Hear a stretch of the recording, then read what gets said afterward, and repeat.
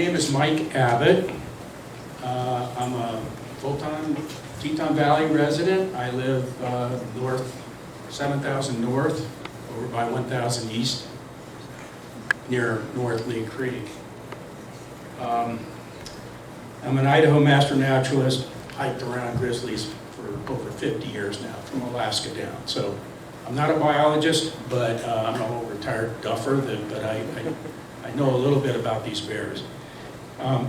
Tonight we're really excited to have Dr. Chris Servheen come down from Missoula. I'll read his bio in a minute, but he's, before I introduce Chris, I wanted to briefly talk about why we had him come down.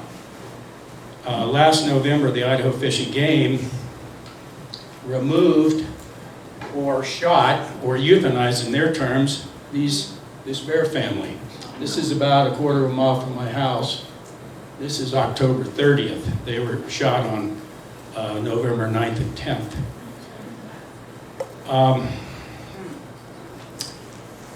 There's word out there she was a conflict bear.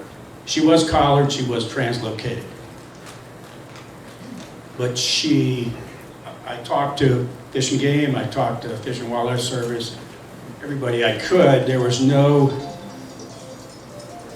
nothing this bear did. And I'll preface this with, biologists like Chris don't want to talk about individual bears. And I'm not talking about her to look in the past. I'm talking about her because she demonstrates some things that we need to pay attention to going down the road here. But she never got in any garbage. She was translocated from Mammoth, or hazed out of Mammoth, translocated from Gardner to near West Yellowstone somewhere. Then she made her way down to where I live, North Lee, Middle Lee Creek area. Again, this would be first part of November.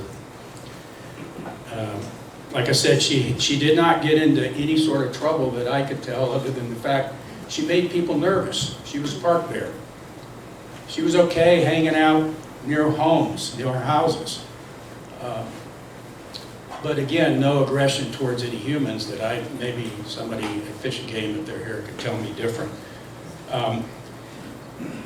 And I don't really think she was so tolerant of humans, because nobody along Middle Lee or North Lee Creek that I know of, except for one instance in the middle of the night, saw her. She was nocturnal. I mean, she was probably laying in a daybed during the day. So it's not so much that she likes humans, like most grizzly bears. I think she liked the wildlife corridors and all the natural food sources that grow along those. I mean, she was a good mom. She was trying to bulk up and bulk her cubs up for the winter.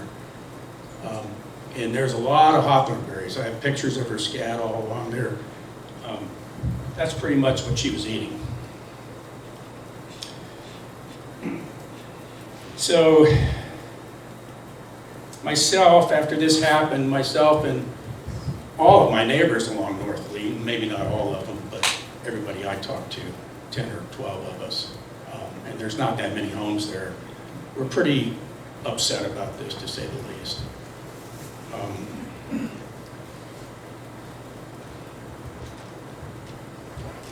We found out about it the day afterwards. We got the Fish and Game press release in the Idaho Falls Post-Register. They did go around warning everybody when the bear was out there, and I thought that was awesome. We were pretty excited to have her come down and visit. We were okay with, when we walked our dogs, kept our dogs close, we were okay with bringing bear spray if we got close to anything, any of the trees, or it wasn't a big hassle. Everybody I talked to was alert, and you know, a sow with cubs is nothing to trifle with, but we were okay. We knew she was going to eventually move out. In fact, 2 days after they killed her, we had tremendously heavy winter conditions. I don't know if you remember November 10th, 11th. It snowed like heck, got below zero. I think they could have given her some more time. They gave her 7 or 8 days. So we felt like this was an overreaction, and it was based on, their reasoning was public safety. You can always use that reasoning, but there's a big difference between what we saw, which was public fear, and agency fear that this bear was removed. That's different than public safety. So we thought, I'm just going to go off script here. In my mind, the most important thing is to understand these bears a little bit. So we're aware of them, we respect them, but we're not going to have unwarranted fears about them. They're not going to be coming sprinting across the field to rip your head off. So we came to the conclusion there's two major problems here. We got a state game agency that has a hostile large predator policy at the institutional level, and I don't want to say anything bad about their biologist or the local supervisor in this area. They're all great biologists, they work hard, they got a challenging job. But at the institutional level in Boise, which is where this order came from to shoot this bear, we got a problem here in Idaho. Second problem was a lack of public understanding about these bears, thus bringing Chris down. And we're going to hopefully bring other people down to have maybe town halls or something like that. Education, I hate to use that word because Westerners don't like to be educated, but being better informed is a good thing. So we know more bears will come down in the valley in the future. We're looking ahead. This was unfortunate. More bears will probably be killed, but we want to try to reduce that mortality. And I felt like, I know there's a lot of good wildlife work being done in the valley, but I felt like grizzly bears were kind of off the radar screen. And as Chris is going to talk about, you're going to find out, we're going to see probably more of them wandering down here. We know there's more bears, we know they're coming down in the future, and we know more houses are being built. And a lot of them are being built right in the valleys, and right in the wildlife corridors. North Lee, Badger Creek, South Lee, on down. So that's the recipe for conflict. So six of us kind of got together all winter and had a bunch of meetings, and John Beller and Bart Beller and Don and Sherry Weber in the back there, and my wife and I, we've met with several groups. We want to try to do something or facilitate this. So we decided we have to call ourselves something. We're not an NGO, or we're not even a nonprofit or anything.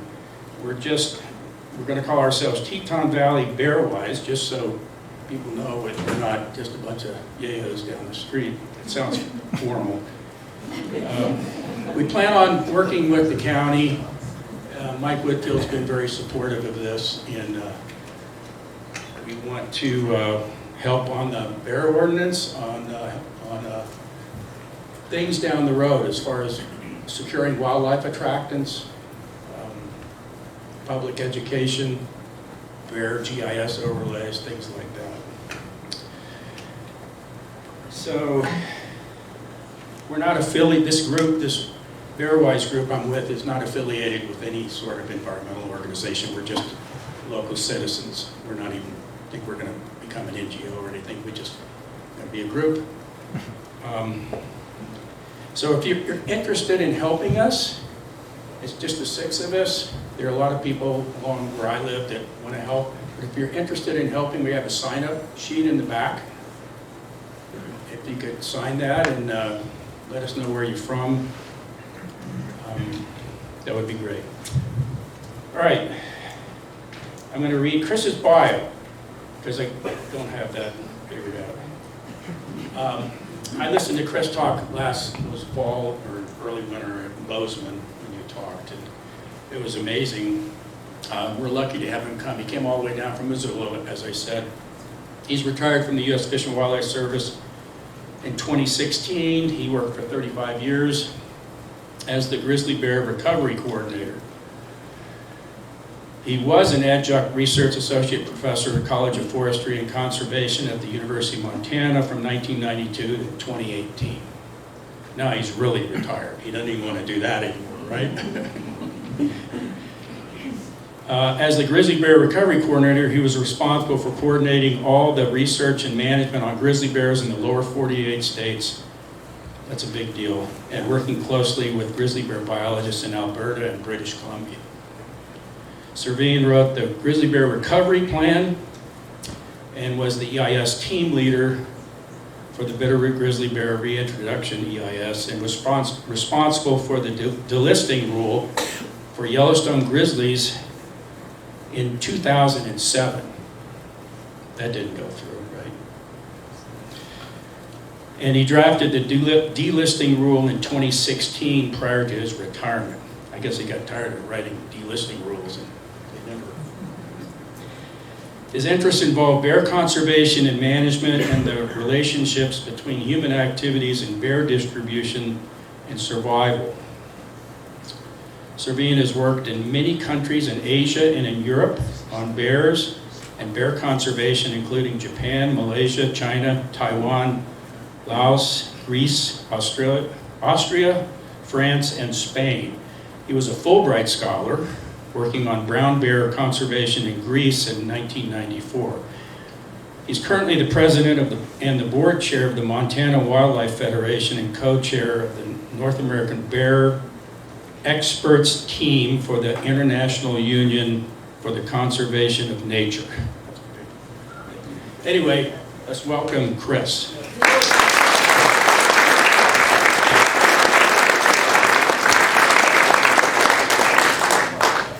Well, thanks for inviting me down, Mike, and I appreciate the show of people here. It's pretty amazing. This place is chock full. Glad you're here. I'll tell you a story about bears, and we'll end up with some how to live with bears statements. You all know which bear this is. She's not out yet. Maybe she's out, but nobody's seen her. Okay, so, grizzly bears, one of the 3 bear species in North America. We've got grizzly bears, also known as brown bears, North American black bears, and polar bears, of course, in the north. There's about 50,000 grizzly bears in North America. The same species exists in Asia and in Europe. So it's just like this bear, but it's pretty much all the way across the northern hemisphere. So talk a little bit about the status, the biology of bears, and some safety in bear habitat. A little bit of history here. The Native Americans lived with bears for about 10 to 12,000 years, and they revered the bear, they feared the bear, and they used the bear in various ways to decorate their cultural activities. They do pictures of the bears, and there are still a lot of tribes that have a lot of feelings for bears, deep feelings for bears. And they don't want to see bears shot for fun. They were deeply opposed to delisting based on their opposition to sport hunting of grizzly bears. So the first Europeans that ran into bears were the Spanish on the coast of California. They saw some big bears eating dead whales on the coast, and they had seen bears like that before. And then they were more fully described by Lewis and Clark when they first came through, and then excessive persecution until 1975 when they were listed as a threatened species under the Endangered Species Act. Direct persecution was the major cause of grizzly bear decline, and intolerance was basically the way that bears were treated. People didn't want grizzly bears around. They did everything they could to kill them, and they were very active in trying to kill them. This is Spanish in California, which they had a big thing going to try to lasso bears, drag them in, and then have the bears fight with bulls. And that was a sport in early California. And then the issue of manifest destiny came about. Does everybody know what manifest destiny is? That is that we white people are supposed to conquer nature and settle it and get everything all squared away. And part of manifest destiny was a tremendous waste of wildlife and resources. These are bison skulls. Grizzly bears were completely exterminated from the prairie by 1885. Remember the first encounters on the prairie in the United States were by Lewis and Clark in 1804. So by 1885, they were completely gone. And this quote here was written by a guy named Elders Cook in 1941 in an article in the Journal of Wildlife Management called Big Game in Montana from Early Historical Records. And I'll let you read that, but the really amazing thing about that quote is that he spent in the early 1900s around Bozeman, Montana, he spent weeks at a time with a pack outfit through the high mountain country without seeing any big game. Not just bears, but deer and elk and sheep. Everything was gone by that time at the turn of the century. So it was a pretty incredible effort to remove all the wildlife, and we damn near got them all. And if you look at all the animals we have today, it's quite a change from the way it was in 1900 when they were almost all gone. So this painting, a C.M. Russell painting, is a kind of typifies attitudes about grizzly bears. It's called Ropes and Swift Horses Are Surer Than Lead. That's the title of the painting, and you know what that intention is. If a grizzly bear is found, you want to kill it. And even into the 1930s, that this was a regular thing. This picture was painted from an incident that occurred sometime around the turn of the century. So it's important to realize that poison was the most effective way to kill bears and all other carnivores and raptors in the West. And strychnine was widely used. Hundreds of tons of strychnine were dispersed throughout our environment that we live in the West now. The strychnine use peaked about 1860 to 1885. So almost everybody that was using, that was running stock or anything like that, carried strychnine and put strychnine in anything that died so that they could kill all the predators. And there's pictures of dead animals like a dead bison, with all around that bison dead coyotes, dead wolves, dead grizzly bears, dead ravens, dead eagles. Everything that ate that poisoned animal died. And it's a very effective way to kill everything. And that's why by 1900, when Elders Cook was trying to get into the backcountry around Bozeman, there was nothing left. So here's the range of the grizzly bear. At one time, they were found all the way into central Mexico, throughout much of the West. And the dark red there is the current range of the grizzly bear. That's why the grizzly bear was listed in 1975 as a threatened species, because it lived in less than 2% of its former habitat in the American West, outside of Alaska. This is the estimated distribution of grizzly bears in 1922, the white areas you can see. And essentially what this describes is the more remote mountain ranges in the American West by 1922. And there were still bears in New Mexico and Colorado, small populations in these mountain ranges in southern Utah, also bears down in Arizona, and there were still bears in the Yellowstone ecosystem in the Bighorn Mountains, and all the way up into Montana. And 1922 is a pivotal year because that's the last year there was a wild grizzly bear in the state of California. So California put grizzly bears on their state flag way back in the 1800s, and then they proceeded to kill every last one of them. So the connect between admiring the animal enough to put it on your state flag and then killing every one, that was the way it was, I guess. There were more grizzly bears in California than any other state. A lot of bears in California. So to summarize, they were once abundant throughout the prairie and present throughout the mountains. They were here where we are today. They were abundant in California until 1922. Intense persecution eliminated them from the prairies by the 1880s. Mountain populations were reduced to isolates in that map I just showed you by the 1920s. And then there were very few bears left. I'll show you that map in a minute, where there were very few places where there were bears. The lowest numbers of bears probably were in the 1930 to 1940 period. And of course, we don't know exactly how many bears were there at the time. My estimate is that somewhere between 200 to 400 bears were left in the lower 48 states at that time. And that may be high. And then this was happening in Yellowstone. And it's important to recognize that the recovery of grizzly bear actually started in the national parks. There was a long history of providing access to garbage. Bears were fed garbage. They didn't just get it on their own. They were given garbage.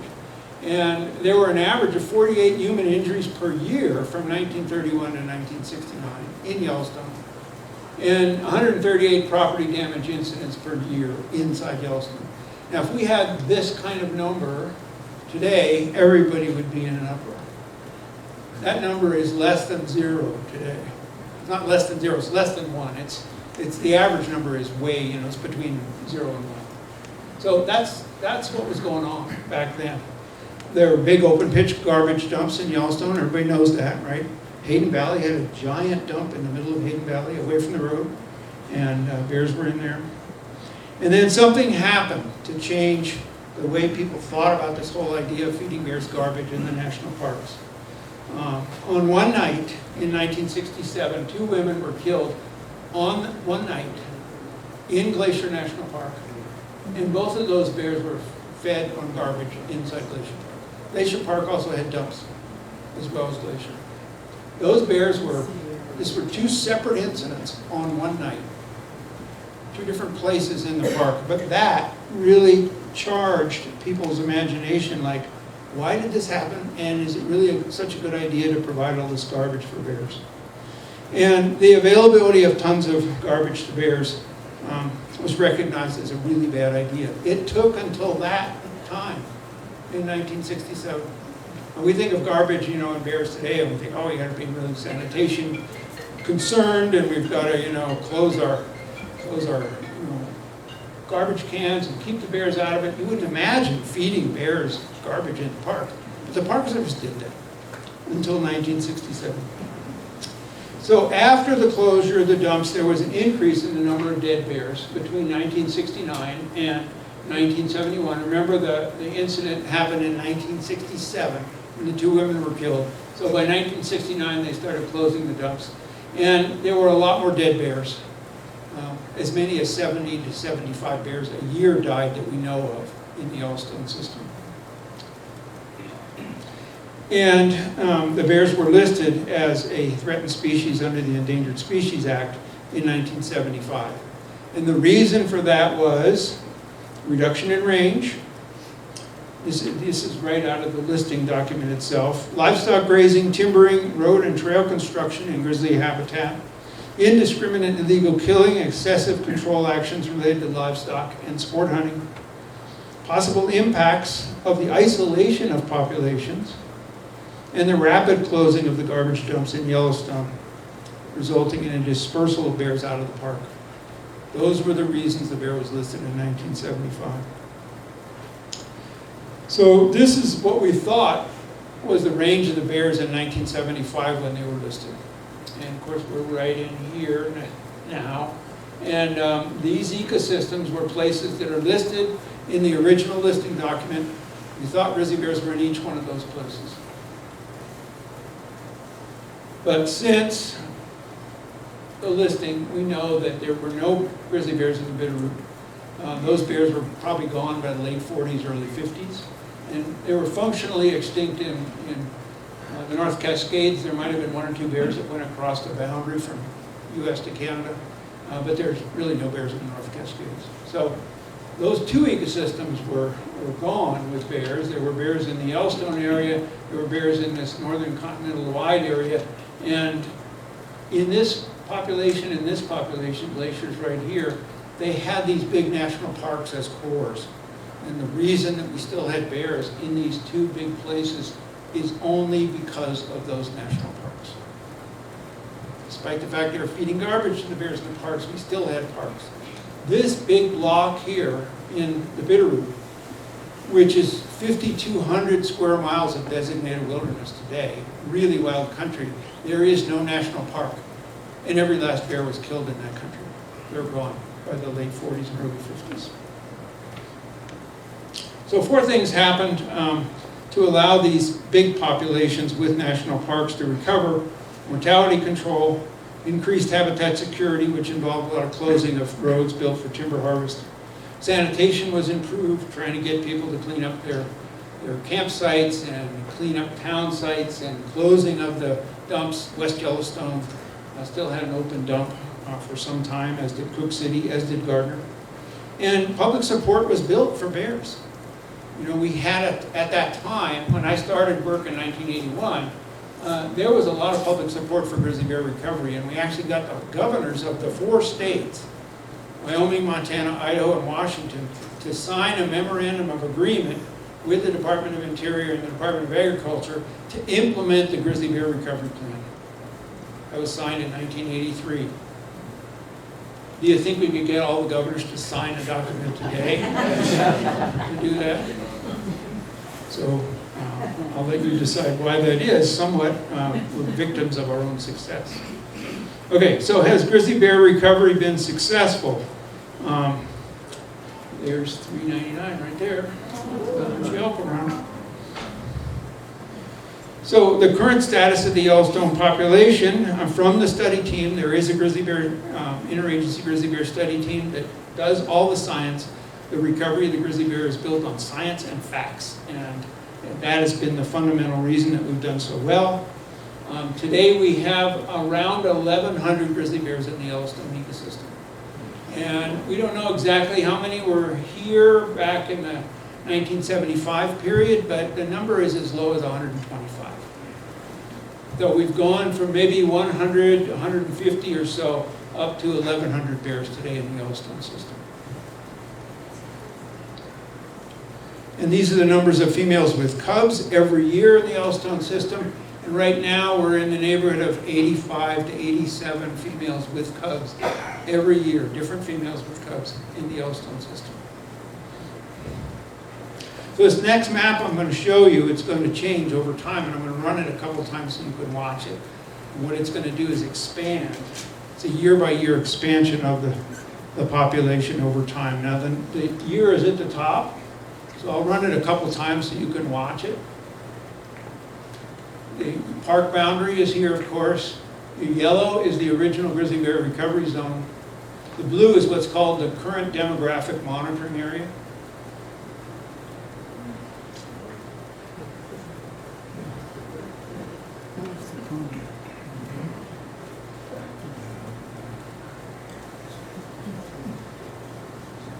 So it's going to start over, so you can watch it do it again. So when we started, there were almost no bears. Well, there were basically no bears outside the recovery zone. And most of the bears were actually in the national park. And today, we have grizzly bears all through the system. From the south, from South Pass down here at the south end of the Wind Rivers, up until the edge of Bozeman. So we've come a long way.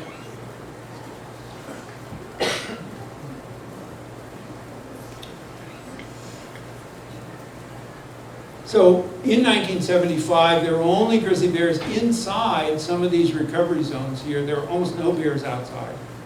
And these little ecosystems here, you know, there might have been 15 bears in the Cabinet area. And in the Selkirks, we only knew of 1 bear. And that lived right on the boundary and went back and forth. We had a graduate student who did his graduate work in the Selkirks. We sent him up there. And his job was to capture some bears with radio collar, and he caught 1 bear. So his entire thesis was watching that one bear. That was it. There were no bears down here at all. And of course, these populations were gone. So today, this is the where grizzly bears may be found map. The light blue is where grizzly bears may be found now on the landscape. So here's our original recovery zones. There's the Yellowstone Recovery Zone and the Northern Continental Divide.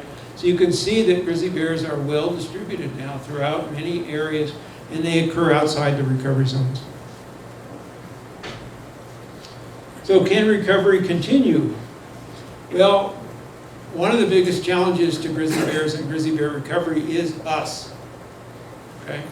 This is the number of non-resident visitors to Montana each year. That's 12.5 million tourists that come to Montana each year. And I found on the internet, which I cannot believe, that Idaho has 37 million visitors from out of state every year. just don't believe that, so I didn't put it on here. This number is real. I know these guys got this number right, but there's about 1 million people in Montana, so that means that there's 12 out-of-state visitors each year for every single resident in Montana.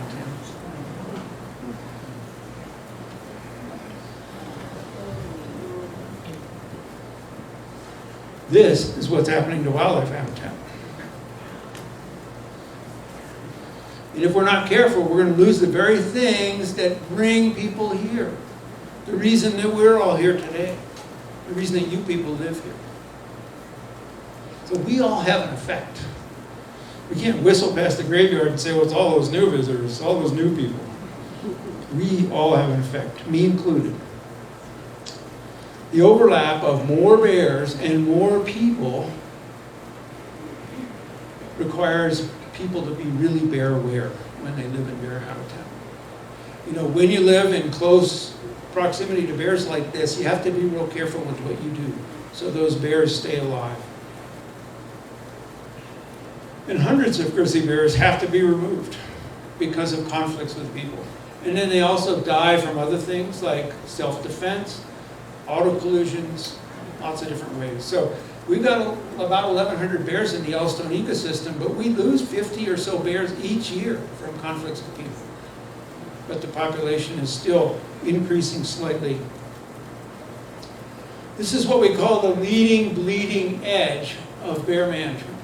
As humans and bears expand into each other's range. Remember I showed you how the bear population is expanding?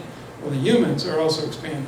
You all know as you drive up any one of these drainages, look, there's a new house. And there's a construction trailer and a bunch of guys working to build something.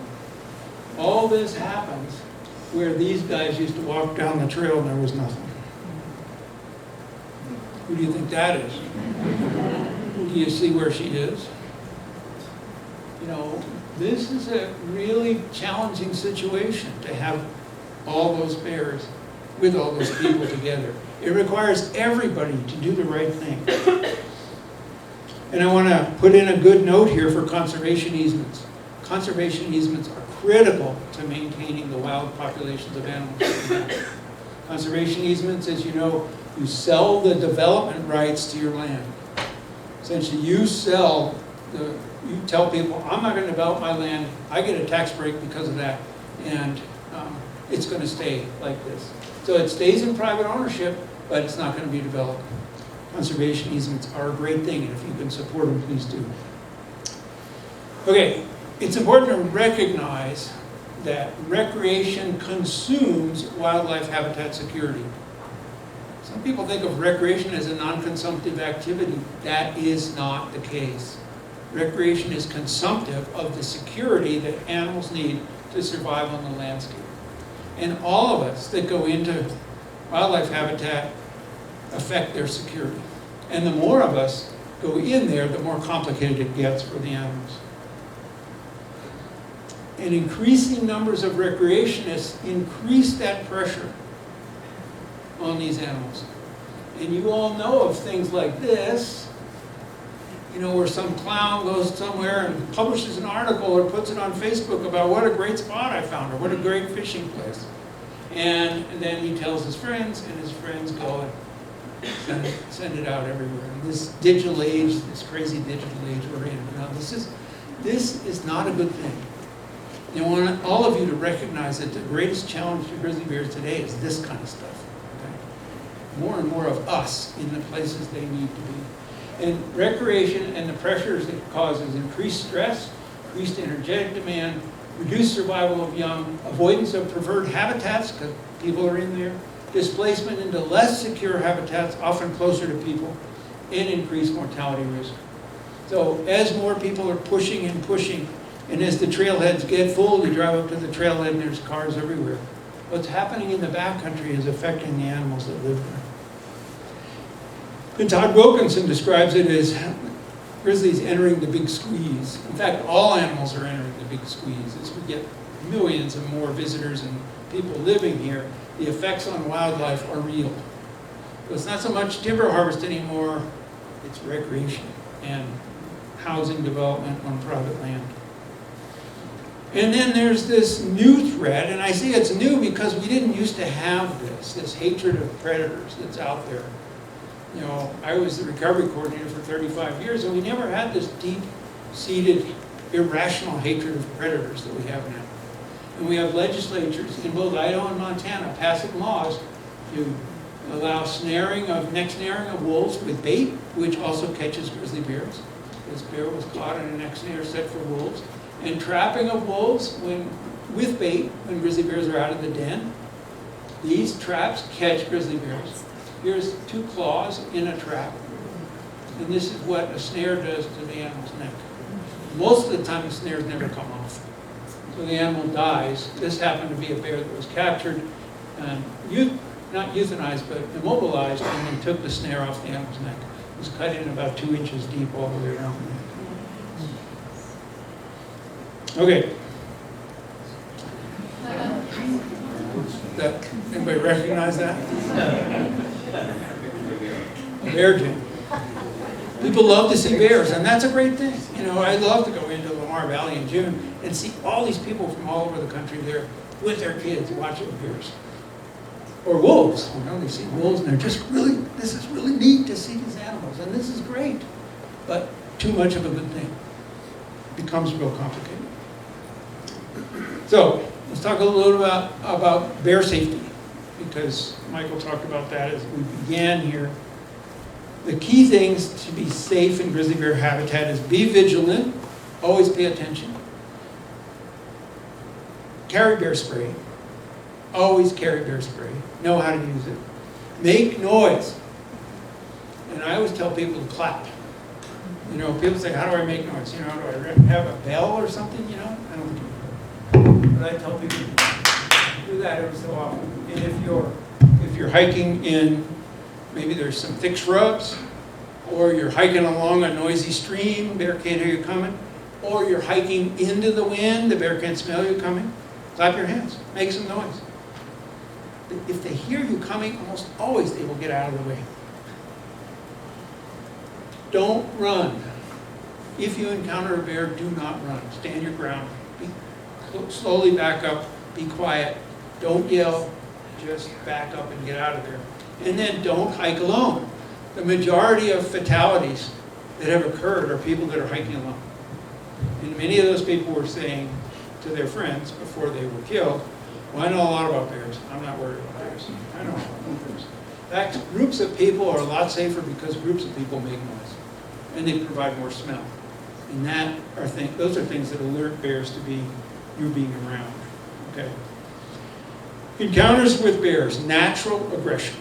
Okay. Grizzly bears can sometimes display natural aggression toward people. Black bears rarely will ever display natural aggression toward people. 3 types of situations with natural aggression. Surprise encounters, when the bear doesn't know you're coming. You come face to face. When a person gets too close to females with cubs by accident, pretty rare. Females are good at staying away from people. Or when a person gets too close to a bear defending a food source like an animal carcass.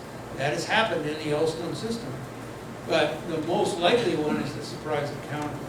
So all these types of incidents are what we call natural aggression.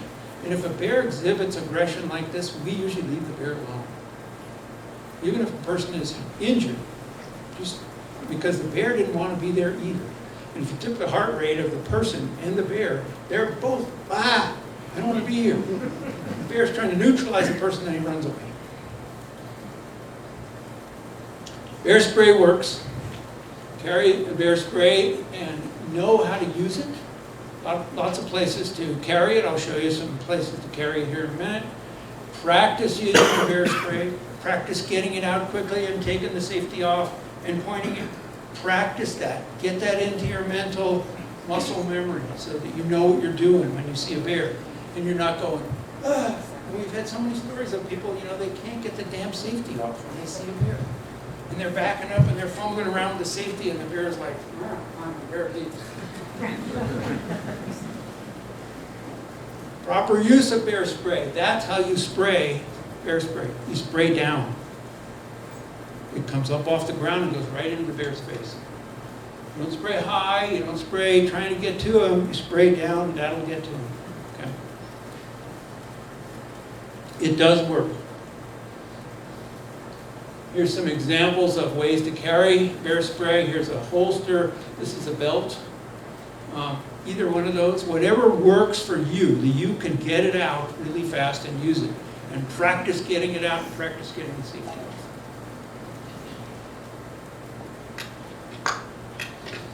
So how dangerous are grizzly bears really? Okay, in a 2023 paper, Kerry Gunther of Yellowstone Park reported the response of grizzly bears to humans in 7,379 encounters reported by people, okay, in Yellowstone Park from 1991 to 2022. So here's what the bear did. Here's the human report of what the bear did. So the visitor did not report a response 4% of the time. Not sure what he was doing there, talking to the Park Service, but anyway, he did not respond. Bear flees 33% of the encounters. Bear is neutral 55% of the encounters. The bear is curious 3%. The bear is stressed.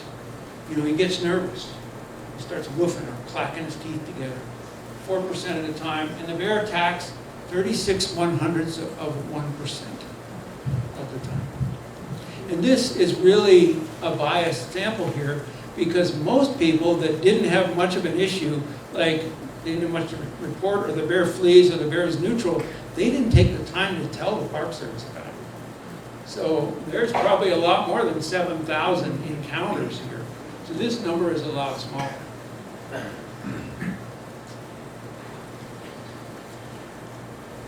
There have been 8 fatal attacks by bears, 1872 to 2018 in Yellowstone Park. Comparing visitor numbers to these attacks shows that's 1 fatality for every 26.2 million visitors.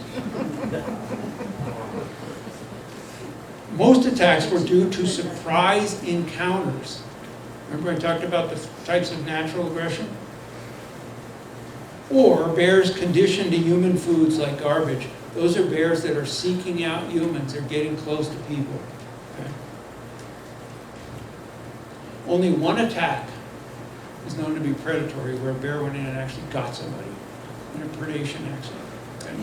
Now notice that this is number 8 here, and it says bears, because in one of those 8 fatal encounters, nobody ever knew what the bear was. We didn't know whether it was a black bear or a grizzly bear. So at least 7 of them were grizzly bears. And this shows, for some perspective, from 1872 to 2018, 7 people were killed by grizzly bears that we know of, maybe 8. And during that same time period, here's the all the other reasons that people died in Yellowstone Park. So that gives you some perspective, how risky it is to be in bear habitat. There's a lot of bears in Yellowstone Park, and a lot of people.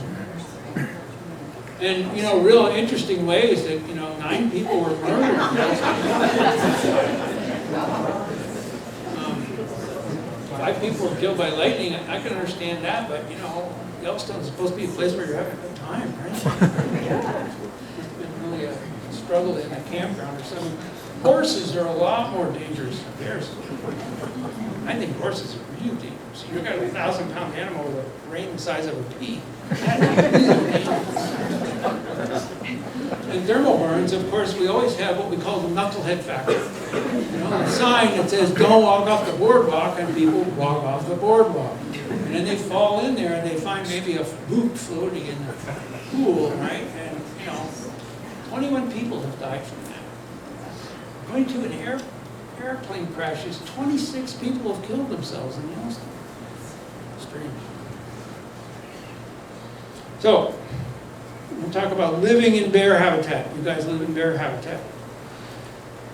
I live in bear habitat. I live in Missoula, Montana. I've got about 70,000 people in Missoula, Montana. We've got over 100 black bears in town every year. Okay? So we're adopting what's called the Bear Smart Community concept. Bear Smart Community is to address the root causes of human-bear conflicts, reducing the risk to human safety and private property, and reducing the number of bears that must be killed each year. Okay? It's a benefit for people and it's a benefit for bears. The first part of this process, which the whole process was developed in British Columbia because they had so many towns with bears.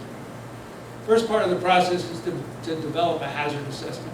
which tells you what the problems are and where they occur. Essentially, that's it. You know, where are the non-natural attractants and how do the bears get them? So there's a hazard assessment that we've written, and this is available online, and I'll give Mike the way that you can find this. We've built this hazard assessment. We have what's called a Bear Smart team in Missoula, which is volunteers, with agency people. We've got Montana Fish, Wildlife and Parks, we've got the city and the county folks on there. And here's the main sources of conflict in Missoula, in the valley. Garbage is the big source. Bird feeders are the second biggest source. Fruit trees, pet feed, people putting garbage in, like, you know, a dish for Fido on the front porch. Human foods in freezers, beehives, not much at all. Livestock depredation, not much. The big issue is really garbage and bird feeders. And then we built a conflict management plan using the hazard assessment that tells us what the problems are, where they occur. We build a plan that tells how we're going to fix this. And again, this is available online. You can find it at missoulabears.org. And the plan is very detailed. It talks about how to secure garbage, how to secure bird feeders. The objectives are to get the city and the county to work together to implement policies to secure garbage. And we actually have the county, Missoula County, and the Missoula City Council, the county commissioners and the city council voted, both of them voted unanimously to adopt the bear management plan. So they're putting in place new regulations this year. Part of the regulations is the use of bear-resistant garbage cans. They really do work. This is one with a latch on it here. And then you've seen all these types of things. This is a Forest Service can. Or this, where you put fencing. It has a roof on it too, to keep the bears out of there. This one has electricity around the top to keep the bears out of there. So you don't have these cans available for bears. And the key issues are the bear-resistant garbage containers or structures. Bird feeding, other than hummingbirds, is advised against from April 1st to December 1st. Birds don't need to be fed during the summertime. Period. Hummingbirds, you can feed them, but you have to have the hummingbird feeder suspended 10 feet up and 4 feet away from any building so a bear can't get it. And you can still feed hummingbirds if you want to. You've got to take some effort to do that. And finally, electric fencing around gardens, fruit trees, chicken coops. Chickens are the new garbage, right? Hobby chicken thing is death for bears. Okay? We got a $3.25 chicken that died, was killed by a bear, and we're going to go kill a grizzly bear because of the chicken. That's crazy. So we strongly advise anybody that if they're going to have chickens that they use electric fences, and then rabbit hutches and compost bins and all that kind of thing. Electricity works 100% of the time. Bears really don't like to get shocked any more than you do. And their reaction when they get shocked is very interesting. And they're very spirited in their response. Particularly when they touch it with their big wet nose. So, grizzly bears have come a long way in 40 plus years of recovery efforts. See all the challenges out there, recreation and development and settlement and garbage and challenges like you had here with intolerance for predators. There's a lot of things going on there. We've done pretty well, but we need to keep it up. So, are there any questions? First of all, thank you very much. Great presentation, very informative, and thanks for coming down.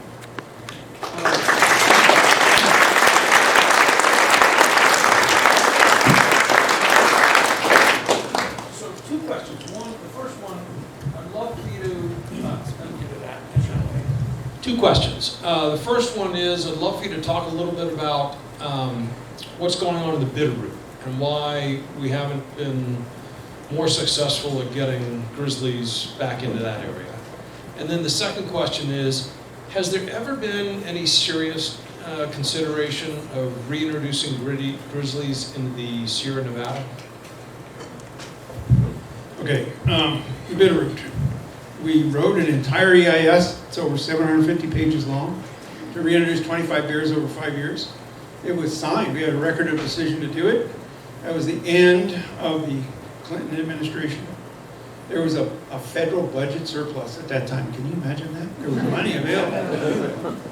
And the new administration came in, the Bush administration, and the first thing they asked the Western governors, particularly the Republican governors, is, what do you want from us? And the first thing the Republican governor of Idaho said, we don't want any damn grizzly bears. And so it was never funded. So we've got a record of decision that's still on the books right now. There's 25 bears over 5 years, but it was never funded.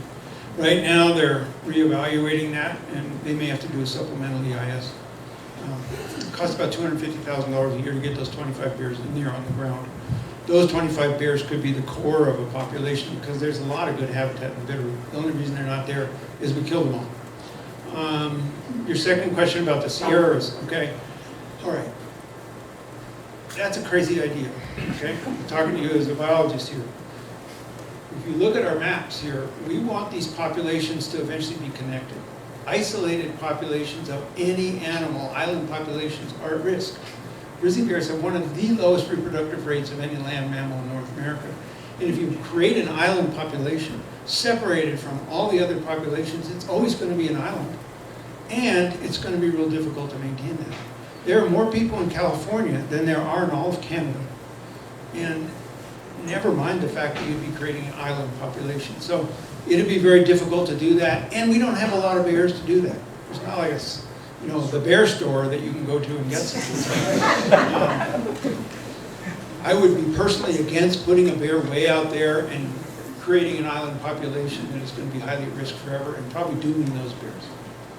If you're going to move a bear, you've got to be really sure that they're going to have a good chance to live. That's what I would do. Questions? Genetic diversity, that's kind of where you put it right there. We have enough bears that are... Okay. Genetic diversity. There is no genetic problem right now with the grizzly bears that are here. Okay. Yellowstone has been isolated for probably 120 years, and it has less genetic diversity than the northern continental divide area, but it is not at risk from genetics. We haven't seen any detrimental effects. No lowered cub survival, no lowered litter sizes, nothing like that. Eventually, if you had an island population and it wasn't connected, you'd probably lose diversity over time and you'd have detrimental effects from the loss of diversity. But right now, the Yellowstone population is within 50 miles of the NCDE population. They're only 50 miles apart right now. They'll be connected in the next couple of years. So there will be genetic connectivity between the northern populations and Yellowstone within the next couple of years. And keep in mind those populations like the Glacier Bob Marshall population, you can walk all the way to the Brooks Range and you're in grizzly bear habitat that's full of grizzlies. So that means that there won't be genetic problems. So genetics is not the issue, demographics. Yes? Could you talk about the value of grizzly bears? Why do we care? I'm just being a devil's advocate here. I know why I like them, but talk about their value as a keystone species. What do they bring to the ecosystem? It's pretty clear to me that you guys didn't go through all the efforts you've done in the last 30, 40 years to bring these guys back just because they're cute. Okay, they are cute.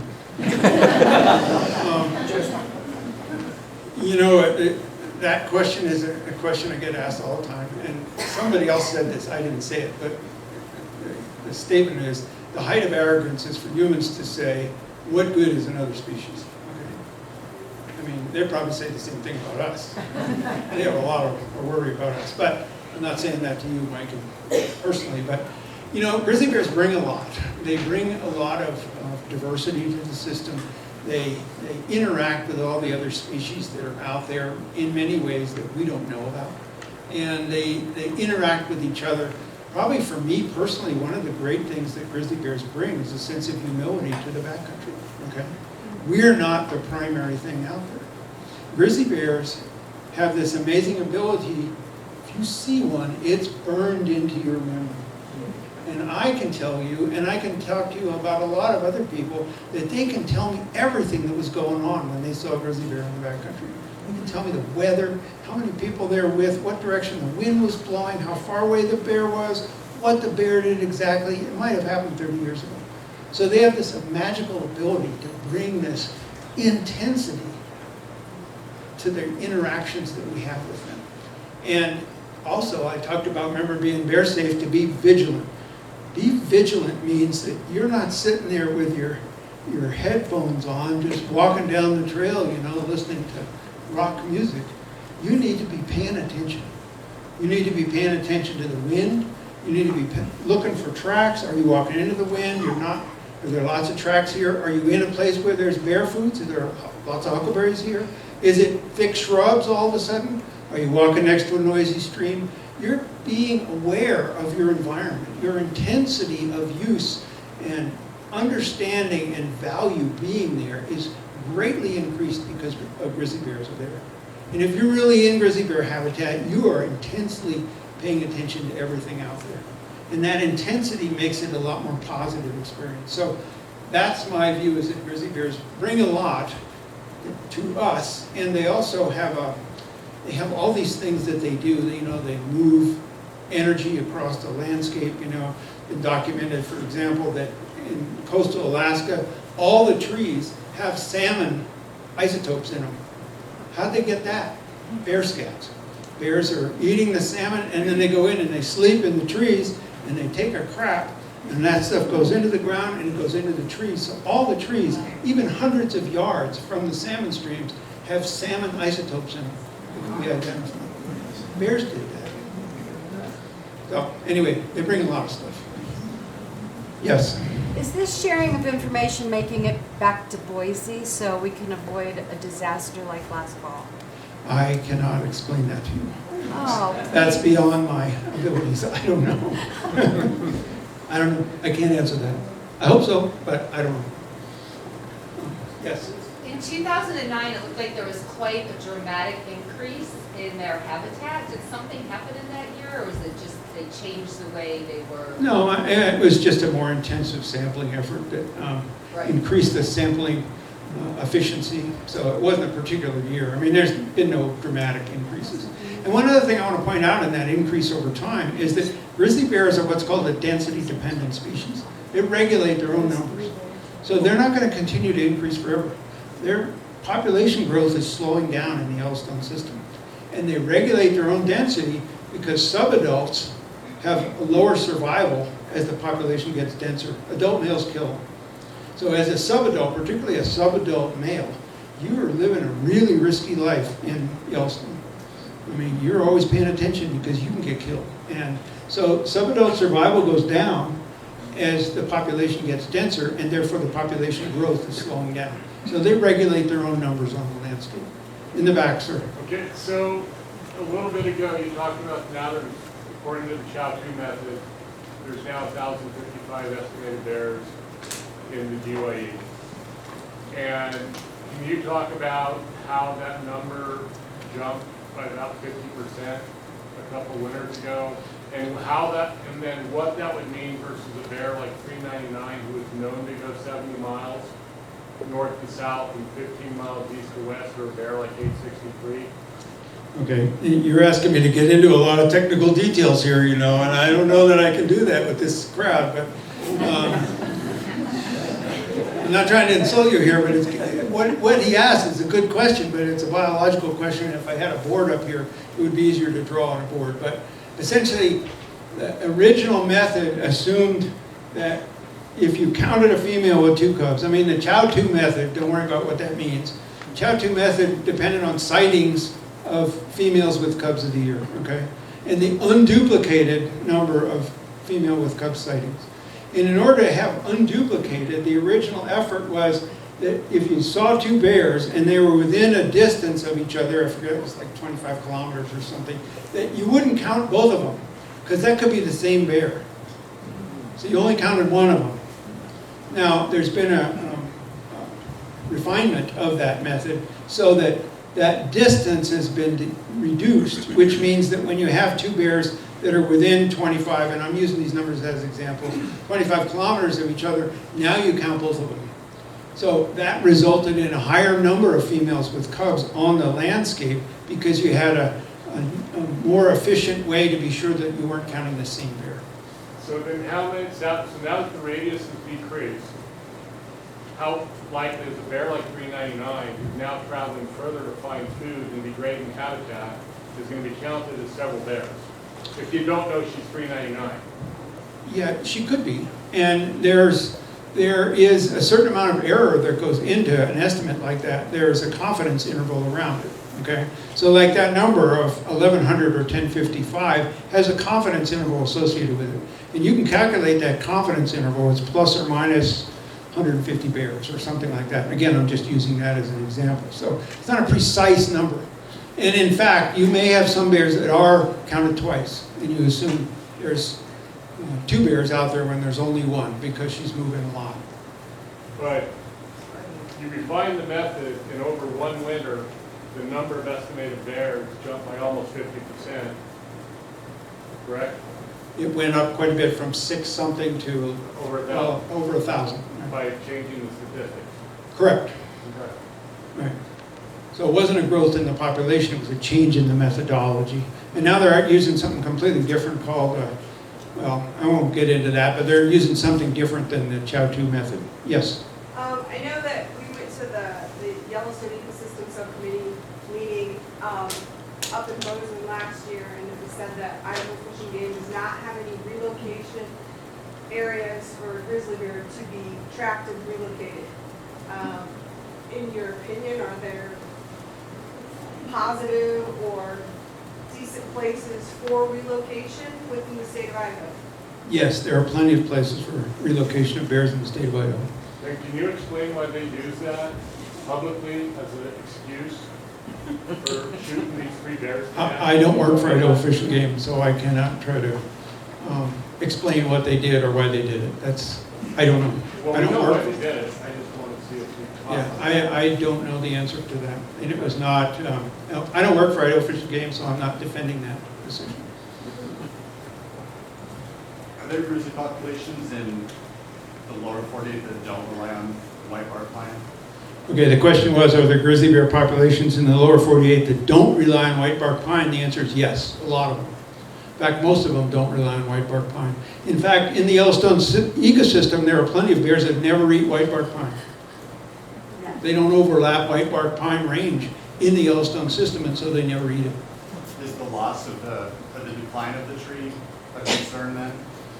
It is a concern, but you know, when we did the original 2007 delisting, that was at the time that white bark was declining because of blister rust and mountain pine beetle, and there was concern that that decline was going to result in a decline in grizzly bears, and that was overturned by the federal court. One of the things they brought up was the uncertainty of the grizzly bears if the white bark declines. And so the study team did a very intensive analysis to look at changes in vital rates, things like cub production, cub survival, distribution, all that kind of thing, as white bark changed over time, because there's also a detailed white bark monitoring program. So they compare numbers of bears with numbers of white bark cones. And there was no relationship between the grizzly bears and the changes in white bark pine. We could not find any relationship at all. And they published that. So, you know, we were worried about that, but it doesn't appear to be affecting grizzly bears to any great extent. And the reason for that is white bark was only productive 1 out of every 7 years, as usual. And what that means is that every grizzly bear has years that he doesn't eat white bark at all. And if he was totally dependent on white bark, he would be dead. So they have multiple foods, and they food switch across the landscape. And they're very adaptable to different foods. White bark is really important to bears when it's available, but when it's not available, they're eating something else. And so they tried to tease out if there was any big change, and there was no relationship between white bark changes and grizzly bear productivity and white barks. And that stuff is available. It's in published literature. So. You know the importance of bear spray. Have there anything research done on, or experiments done with whistles such as a botus? What's the reaction for bears? Okay.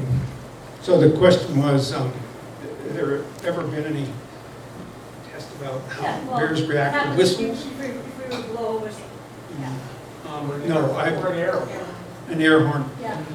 I have not seen anything like that. I would suspect that it's not going to make a lot of difference. I You mean, know, the I key know- about, yeah, you mentioned clapping, Yeah. that makes a noise, and a whistle, Gotta get away from makes this a thing. noise. yeah. And I never hear anything about it.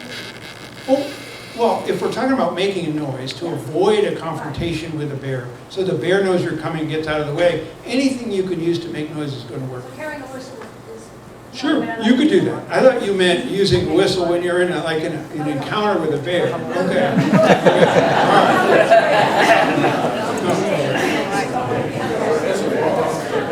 Yeah, if you want to use any kind of noise making that you can use, it's going to be good. Because the bears know you're coming and they get out of the way. 99.9% of the time, they already know you're around. And I have lots of people that come to me and they say, geez, I went hiking, for 3 days in Glacier, and we didn't see any bears. There's no bears up there. They saw you, and they got out of your way, and you walk by the trail going, there's no bears around here, and the bears watching you go by going, what a knucklehead. Back on the trail, and they keep going. So they pay attention to us. They're really good at avoiding us most of the time. We just have to help them out by making some noise. So are bells then just as effective? Bells are fine, sure, if you want to use bells. Anything that makes noise would be great. Anything the bear can hear. You can tell by this crowd that everybody cares about grizzly bears. Everybody was infuriated by the murder that they did last fall. We said, we can't do anything, but we want to do something. What can we do besides load the bears up in the back of the car and relocate them ourselves? I would advise against that.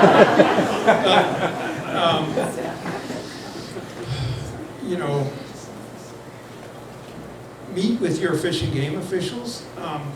Demand that, you have some discussion time with them about what they did and why they do it.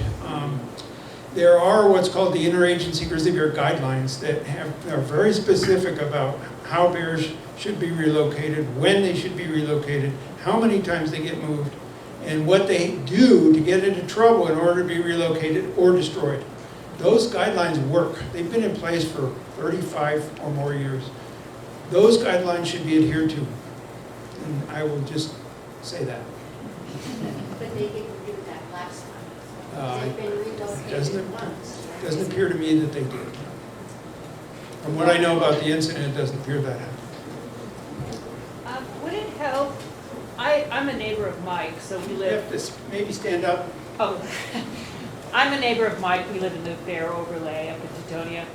Would it help if, when we see bears, which we do occasionally, if you just don't mention it? Like, you know how people put it on Facebook and they put it in the, If we just let them go on their merry way, would that help? Or should we be reporting it? I mean, Well, on Bear Smart Missoula, to use that as an example, we have a reporting network, okay? We ask people to report. We use that information to understand what the bears are doing and if the bears get into trouble. And it also alerts people that there are bears in the area and they need to be being secure with their bird feeders and their garbage and their gardens and all this kind of thing. It builds a community esprit de corps, if you will, about, we all need to be part of this solution. Bears are here. It's not like I haven't seen any bears, therefore I don't have to, secure my garbage. Everybody needs to be part of the solution. And so knowing where the bears are is valuable. But, you shouldn't have a worry that if you tell where the bears are, that somebody saw a bear, that somebody's going to come and take the bear away. You shouldn't have that fear. And I want to make this real clear to you that bears are not, they don't attack people on a regular basis. They want to stay away from us. Most of the time, they don't get into trouble with people. People do not need to be abnormally afraid of bears. They're not going to come and attack you. They're not going to run after you or anything like that. Most of the problems are surprise encounters, and that all is combined with the issue of attractants. So if attractants are around, let's say there's garbage, and the bear is attracted to the garbage, then he's close to your house, and you go out to take the garbage out, there he is. He's been in something that you didn't secure and you have a surprise encounter. So all these issues are linked together. You know, we need to think about all of us being a solution to the problem. And I like the idea of everybody knowing there's bears around, because then they can all be aware that, you know, we need to do our part too. And we can't just, well, I haven't seen any lately, so I'm not going to be so worried about stuff. They're around. And oftentimes they're nocturnal and you never see them. You know, I used to work on a place called the Mission Mountains on the west slope of the Missions. There's lots of bears there. And those bears were, we had a lot of radioed bears when they were in the mountains, they were diurnal. They were active during the daytime. And the same bear, when they came down into all those people, became totally nocturnal. And all day long they slept in these big thickets and these swamps. And I would go talk to the local people and, you know, you see any bears around here? Oh, no, there's no bears here. The bears were all around. They didn't even know it. So it's good for people to know that, because that makes people be aware and makes them think they've got to be careful. Yeah, I guess it's just scary because what happened in the fall. You Yeah, know, and that's people really reported unfortunate. it, and then the bears got killed, so now it's like, well, just don't tell anyone, you know? Yeah, and that's a sad situation. If that's what everybody feels, that really needs to be fixed. That's not a good situation. If you're worried that if the people know the bears are there, they're going to be killed, that's not a good situation. Chris, I have a very technical question. Speak up a little bit Yeah. now, stand up. I get brown bear, black bear. Where'd the word grizzly come from? Okay, black bears and brown bears are really poorly named, okay? Black bears, Ursus americanus, which is the North American black bear, it's black, it's brown, it's cinnamon colored. It can be all different colors, okay? It's not always black. Grizzly bears were named basically because of Lewis and Clark seeing this silver tipping on their hides, okay? This grizzled color. That's where that originally came from. But grizzly bears are brown bears, Ursus arctos. That brown bear, that same grizzly bear, is also called a brown bear, and brown bears occur all across the northern hemisphere, in Russia, China, you know, all the way into France.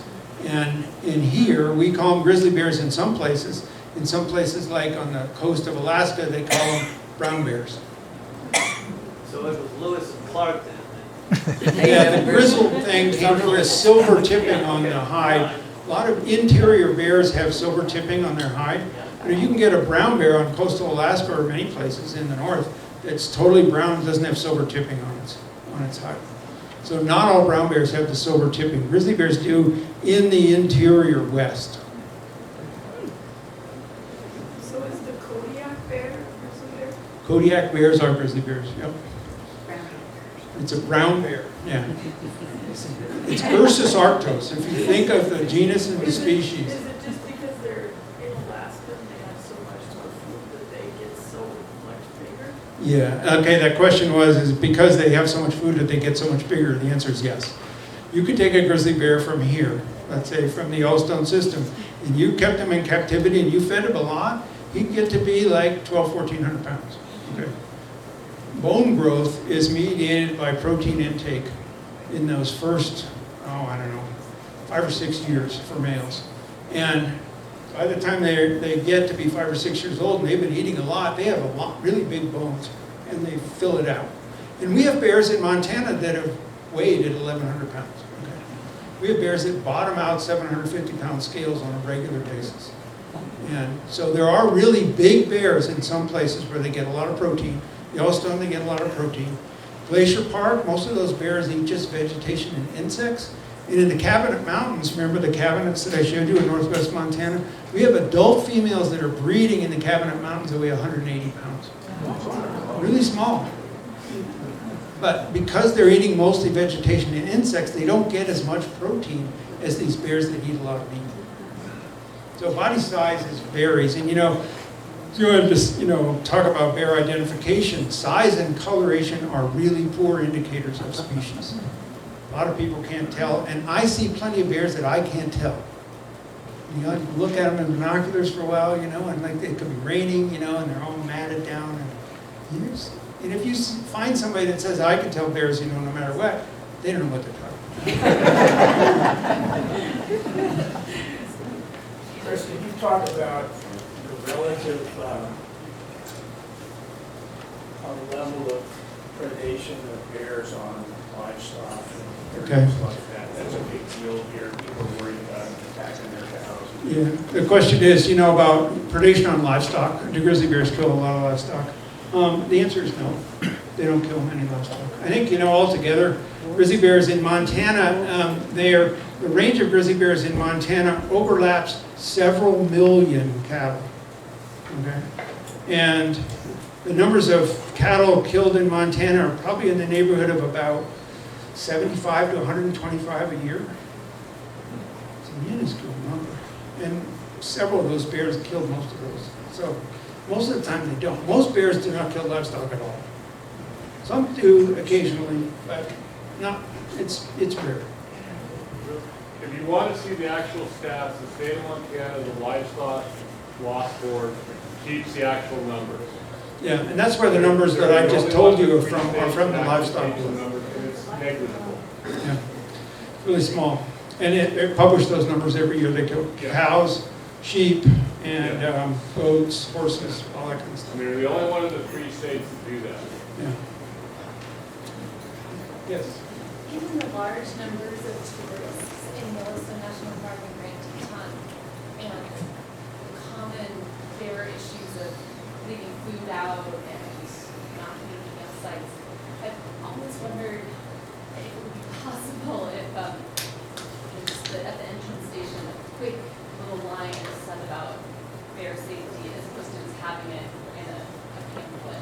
Okay, so the question was about sanitation in the national park. And let me tell you that sanitation in the national park is really good. It's excellent. I mean, the best place for sanitation in the lower 48 states for grizzly bears is Glacier and Yellowstone National Parks. There are very few sanitation issues in the parks. The rangers are ruthless. If you go in there and you left a cooler on your picnic table or something like that, bang, you're hit with a fine. So they're really good in the parks. It's outside the parks that we have sanitation problems. So not so much in the park, outside. I remembered a bear being euthanized last year in Grand Teton, getting in. Yeah, and there could have been. The question is, was there a bear killed in Grand Teton because it got into food? Maybe. It's possible. But the parks are really the cleanest places and the safest places for bears. And the number of incidents, remember when I told you when there was garbage out, there was like 48 injuries and 100 and some property damages. There's hardly any anymore. It's less than 1 per year. Question?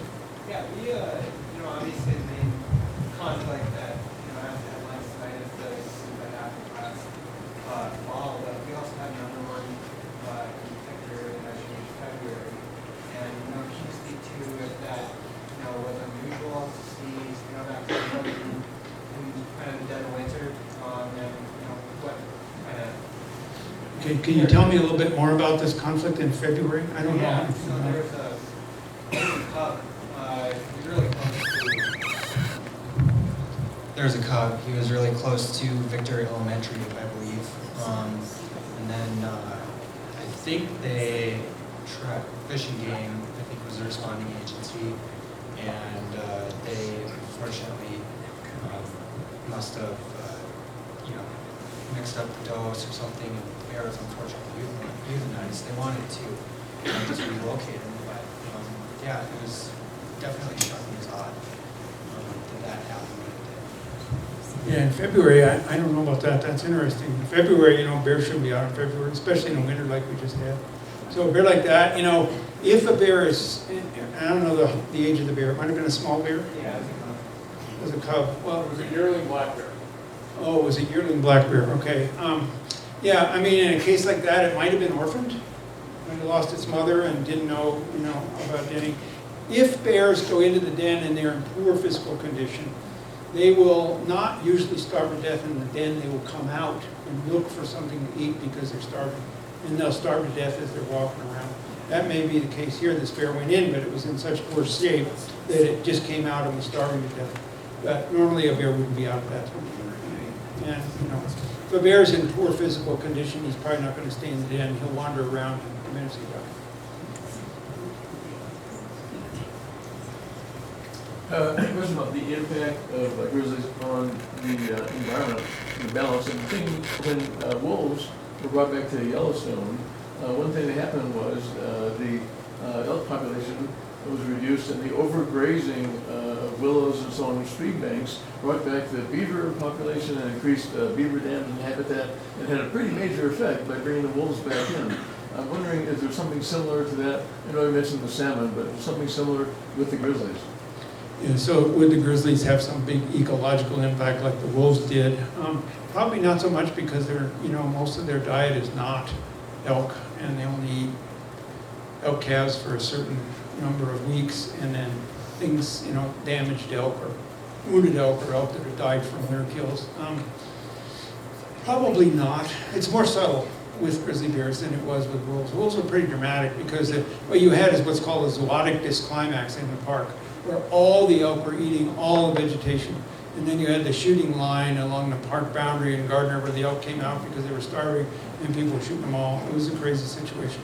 And they did, they ate all the willows and all the browse was gone, and it was a mess. And the wolves brought that back into balance again. And unfortunately what happens is this feeling of when people look at something like this, like before wolves, there were lots of elk. And then when the wolves came back, the elk were gone. Well, the elk were way over their numbers that they should have been in the first place. That was an artificial situation. So that's not the way it should have been. It was because of the lack of wolves that the elk were eating themselves out of house. But grizzlies have more of a neutral effect on the ecosystem then? Yeah, they're not such a dramatic effect. They have an effect, but it's not as dramatic that you can just see, wow, look at the numbers of elk have changed, because they're not going to change the numbers of elk. Grizzlies are not. They're not going to change the numbers of bison. Things that are really visible to us. Any more questions? I think we're about done here this evening. So I thank you.